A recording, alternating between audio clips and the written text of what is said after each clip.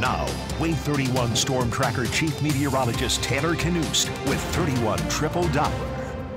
It is quite pleasant out there, Taylor. I said maybe it would be a good night to open the window, but maybe it might be too cool as we get closer to the early morning hours. If you have a heavy blanket, then maybe that cool breeze is okay. Otherwise, it might be a little too cold tonight for that. Either way, at least a jacket, if not a coat, tomorrow morning when you step outside. As the kids head out to school on Tuesday morning, it's cooling off into the low 40s in Huntsville at this hour. Light breeze out there as well. A couple spots like Fort Payne down to 33 degrees, Scottsboro at 39. Haleyville checking in at 36, but a lot of us in the low 40s at this moment. Forecast lows will be in the 30s across the board, and a handful of you can expect temperatures to drop near freezing. Of course, Fort Payne, you're already close to it right now. The forecast low down to 32 tonight. Same for Skyline. We're looking at a low near 35 in Huntsville, 34 for New Hope. Over to Falkville, around 34 tonight. Same for Moulton, and also a low of 34 tonight in Florence. Hour by hour forecast for Tuesday looks like this. Fairly quick warm up in the morning. Should be fairly comfortable by lunchtime through the afternoon, with those temperatures climbing to the mid and upper 50s. The breeze is going to pick back up around lunchtime through tomorrow afternoon, similar to what we experienced today. So keep that in mind if you do have any outdoor plans for your Tuesday.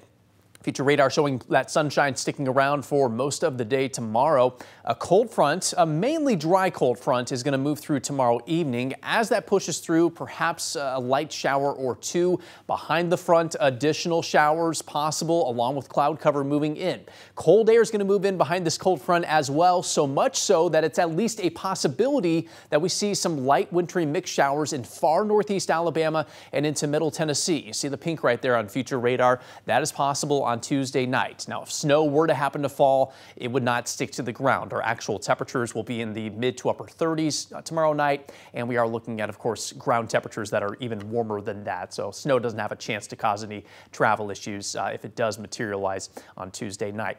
Let's look ahead to our next impactful system, and that will be arriving this weekend. Right now, the Storm Prediction Center highlighting a possible area that will see severe weather on Saturday, and right now that appears to be well to our west, but some of the data we've received today has sped up that system a little bit. So it's possible that we will be looking at a potential for severe storms late in the day Saturday into Saturday night in North Alabama as this area of low pressure gets closer. At the very least, a very good chance at some wet weather during that time. Not great timing again with it being during the weekend, but this will certainly help us out to put more of a dent into that drought. This rain last weekend was very helpful.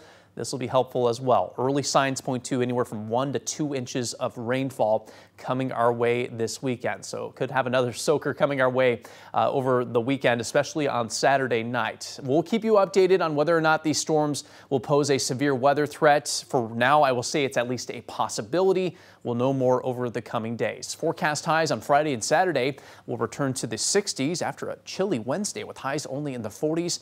We'll settle down to a seasonable pattern heading into next week with several highs in the 50s and overnight lows down to the 30s. Good to see more wet weather to help us out.